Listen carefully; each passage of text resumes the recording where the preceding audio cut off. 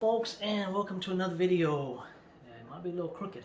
Anyways, yeah, so I guess as of today, is of course the four states did reply with their to the Supreme Court, and no surprise, each one of them was there was no fraud. I wouldn't expect anything different from the Wisconsin, Michigan, no, Pennsylvania, Georgia's reply. And of course, at the beginning, everyone was saying, hey, it only takes one state to step up and the other states will follow. Well, of course, I kept thinking, okay, come on, man, Wisconsin, Michigan, Pennsylvania, Georgia, one of you guys got to step up. And then, of course, Texas, at literally the 11th hour, steps up and said, hey, we're taking those four, Wisconsin, Michigan, Pennsylvania, Georgia, to the Supreme Court. And of course, liberals are coming out and say, hey man, Texas can't tell these other states what they can and can't do with their election. That's not why Texas are taking these four states to the Supreme Court. It's because these knuckleheads,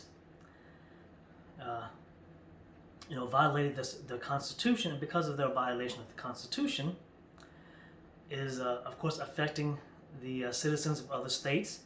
In this case, Texas and 18 other states. And of course, Team Trump has has joined the suit. So you got Texas. So basically, you got 19 states, along with Team Trump, that are. And of course, you got Senator Ted Cruz, who's going to be one of the attorneys that will be arguing the case before the Supreme Court. And yes, Ted Cruz does have a 5-win, 1-loss record in the Supreme Court. And yes, he is, as I mentioned in the other video, he is a constitutional attorney, so he knows a thing or two about the Constitution. And he's not a neocon. Luckily, he is around my age. And dog, what are you doing? So at this point, we're looking at probably Friday or Saturday is when we'll get the Supreme Court decision. If not, it's going to that will pretty much bring it in underneath the I guess December 14th electors selection. Because the thing with the Supreme Court, they're stuck. It's like a catch-22. It's a damn if you do and damn if you don't. If they rule for Texas and the 18 states and Team Trump, basically what that would do is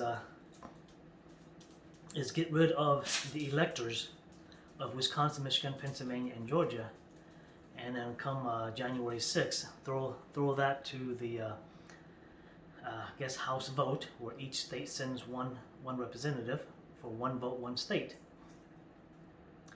If they decide that the Constitution, if they decide to side with the defendants, Wisconsin, Michigan, Pennsylvania, and Georgia, that's pretty much the Supreme Court saying, hey, the Constitution don't matter. States can do whatever they want in their state's election, even if it includes fraud, and that's opening up Pandora's box. Dinesh D'Souza, he eloquently puts it better than I do. And that's if they side with the defendant, that's basically saying, hey, states, you can do whatever you want for your election, even if it violates the Constitution, even if it violates voting laws, so that's, and of course if they do that, then nothing's to stop Vice President Pence, who is the president of the Senate, come January 6th, when he's the one that does the electoral count, for them to just go, Trump, Trump, Trump, Trump, Trump, Trump, hey, Trump got, I don't know, what is it, I think it's like 500 plus, it's 500 something is the total number of electors. Let's see here. I'm trying to add it up. So you got 3, 2, 507. No, actually, it's let's see here. 23 plus 6 will be yeah, it's 500 and it's 529 electors. So if that's the case, if the Supreme Court's like, hey, you know, you guys can do, the Constitution don't matter, states can do what they want, people can do what they want, then yeah, there's nothing to stop Vice President Pence when he counts the because one of his jobs is, of course, to vote on a tiebreaker. So if there's a tiebreaker in the electorate, he actually casts the tie-breaking vote. But he also verifies the electors. He's the one that has the last say. So like I said, if that's the case, there's nothing to stop Vice President Pence from going, hey, Trump got 529 electors to Biden 0. And I don't see that happening. I do see the Supreme Court voting, because in this case, there's either going to be a yes or no. You can't kick it down to a lower court. There's no lower court to kick it down to. They can't kick it back down to the legislators, because the problem is that the legislators, such as in Pennsylvania, they're on vacation. Their session ended a week ago, and they don't come back into session until January 23rd, and that's after January 20th. And I believe legislators in a lot of other states have ended. Their session have ended, and just like Pennsylvania, they gotta wait for the new year for the new electors to come in. So the Supreme Court really can't kick it down. Hey, electors, you guys decide on your own electors, because the problem of that is, again, Team Biden with his attorneys, because Biden hired something like 8, 9, 10,000 attorneys, because they were expecting to lose, and they were expecting to be doing what Trump is doing, which is challenging the elections in courts and things like that. But of course, as we all saw, on the 11th hour of November 2nd, all 4 states, Wisconsin, Michigan, Pennsylvania, and Georgia, they all stopped at the 11th hour. Around 10, 11 o'clock, they all stopped. They stopped counting, sent people home. Water main break in Georgia. Pennsylvania, Michigan, Wisconsin, they just sent people home. Hey, Republicans, poll watchers, go home. And then come in the morning, hey, Biden won. Surprise, Biden, in the Gomer Powell voice, surprise, surprise, surprise. It's like, what? Yeah, I was one of those people going, what? How the heck? Of course, in those 8 and 9 hours, the 10 to 6 or 7 in the morning when people came back, well, actually people were supposed to come back 8:30 in the morning. So the 9 hours that the people were gone, they basically went into their cache of ballots. Trucks. In the case of Michigan, trucks. The food trucks came in that didn't have food. It actually had ballots. The cache of ballots, trucks coming in, people pulling caches of ballots in Georgia from underneath that black table, and things like that. And, in Pennsylvania, same thing. Somehow miraculously, these trucks kept showing up. Keep showing up with Biden ballots. Same thing in Wisconsin. Trucks with and there's the same thing in Pennsylvania too. In Wisconsin, trucks with out-of-state plates were showing up, with the caches of ballot all for Biden's all throughout the night and for the next few days. So yes, we'll see. So tomorrow, Saturday, we should get a Supreme Court decision, and I don't agree with folks who say, hey man, Supreme Court shouldn't be the one that have to make a decision on a presidential election. That's what the Constitution is for. That's what the separation of powers is for. So if the Supreme Court has to delegate this again come 2024, because the thing with the United States is that each state runs their own election. The Constitution, and of course the Constitution tells the states how they're supposed to run the election. But the national government can't tell states how to run their election. So Congress, the Senate, the executive branch, Trump can't tell the states, hey, this is how you guys need to run the election. But of course, when this is all said and done, what Trump can do, if assuming assuming we keep the Senate, and also assuming that we will get the House, because right now the House count between Republicans and Democrats is very, very close. It could flip either way. What they can do is put in amendments, put other laws in that will keep states from doing these knucklehead things.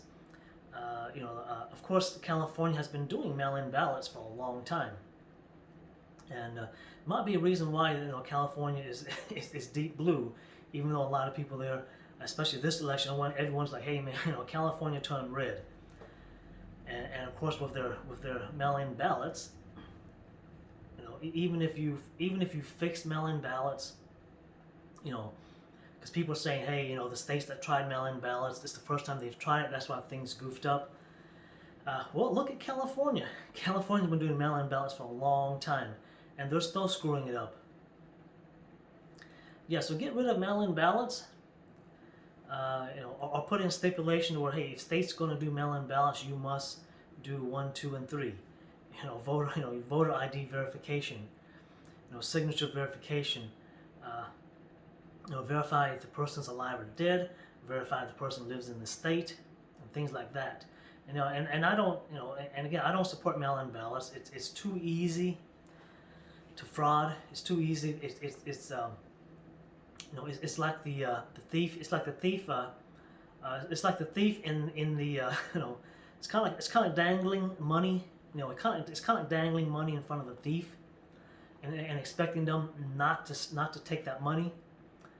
It's basically what you're doing with mail-in ballots. Like, okay, we're going to allow you and to do mail-in ballots. We're going to trust that you do it properly. In this case, the trust was broken, and it's not going to get healed up. It's not going to get healed up. Right, so we'll see. I guess we'll do another video if come tomorrow or Saturday we get a Supreme Court decision. And as I said, unfortunately for the Supreme Court justices, you knew exactly what you were getting into when you took the nomination. A Supreme Court nominee can decline, but if you take it, you knew.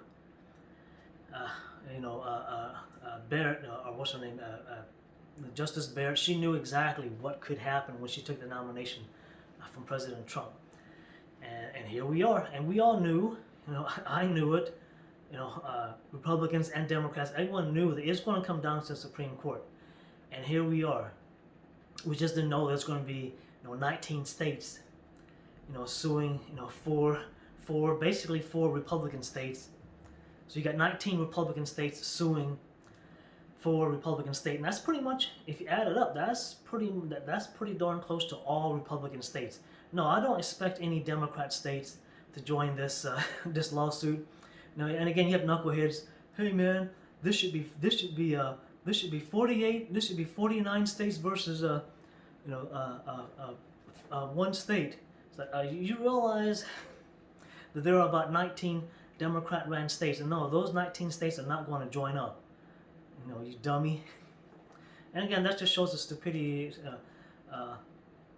the lack of civics learning from a lot of the leftists. And I'll say I'm not that learned when it comes to civic. What I don't know, I'll go read up on. Read up a lot on elections rules and regulations. I don't know, since this last election. So yeah, I mean, I'm one of those people. So I'm not going to say I'm a PhD, in civics. But what you don't know, go read up on it, and don't just go spouting, something off the top of your head that you assume to know or don't know. Well, that's it. Hopefully we get something tomorrow or Saturday. And yes, YouTube with their CCP style censorship. So today they kind of backed up on it. So they put on their videos that has to do with elections. Says as of December 8th, let's see here. States have certified presidential election result with Joe Biden as the president-elect. If I were an attorney, I would challenge that. You know, maybe Crowder's half Asian attorney challenge that banner. Because what they forgot to add was that the Senate Inaugural Committee has voted to turn down Joe Biden as the president-elect.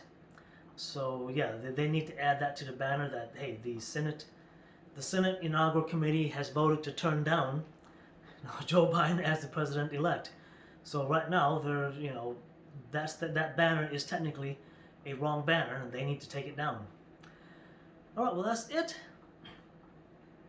Don't have anything else to add. So stay safe.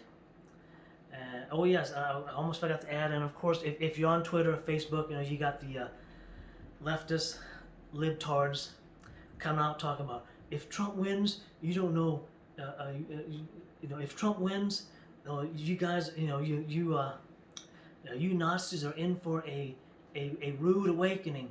You don't realize what we can do. Realize that there's 400 million fishing poles. They're fishing poles in the United States. And most of those fishing poles belongs to conservatives. 80-90%. Yes, a lot of liberals. Most of the gun buys during this pandemic are by liberals. Most of the ammo buys are by conservatives. So a lot of you liberals who purchase guns haven't even shot it once. And yes, members of Antifa and Black Lives Matters do have guns. Some of the members do, but again, like I was saying, the 400 million guns in the U.S., about 80-90% of that belongs to conservatives. And yes, here in Texas, we do have Antifa. They're down. Most of them are down in Austin. There are some down in Houston. But other than that, they're basically in the big cities, the two bigger cities, Austin and Houston. And yes, and someone, and I remember on the tweet someone replied, "What are these morons going to do? Is burn down what's left of their blue city?" The $2 billion worth of damage in Minneapolis alone. That's not mentioned Kenosha, New York, Kenosha, Wisconsin, New York, or Oregon, Seattle, pretty much all of California, LA, San Francisco. Yeah, $2 billion alone. So if you were to add up all these other cities and all these other dictatorships, Democrat dictatorships, you're probably looking easily, $4 or $5 billion of damage by the Democrats' brown shirts, Antifa and Black Lives Matter. Yeah, so they're threatening, conservatives. You don't know what you guys have gotten yourself into. Yeah, we know. If President Trump enacts the Insurrection Act, or if Governor DeSantis in Florida that passed the executive order in Florida, where if you shoot a looter or a rider, you're not held liable. And Governor Abbott, calling you out, Governor Abbott, you should follow suit. Although we didn't have a whole lot of looting here in Texas, but Governor Abbott should go ahead and pass that executive. I don't know if governors can pass executive orders. It may have to go through the legislator to where, and then the governor sign it off. But hopefully, Alabama, Tennessee, governors there need to follow suit. So if these Democrat brown shirts decide, to come into our states, and if George Soros decides to bus his soldiers into Texas, Alabama, Tennessee, Florida, and you give your civilian some protection by passing the executive order that, hey, if a looter or rider, if you defend yourself from a looter or rider and shoot and kill one, you're not held liable. And it's like, hey, that will definitely that would definitely bring out the militias in Texas. I'll tell you that. They'll be like, hey man, yes, a lot of these guys, and I hate to say it, but the civilian ARs and civilian weapons that civilians can actually purchase is 10 times better than than the military small arms. Of course, military. Their cannons and machine guns, stuff like that, are definitely better than what civilians have. But small arms like the handguns, rifles. Yes, the civilian version is a lot better. All right, well that's it. Thank you for watching, and you have a good day.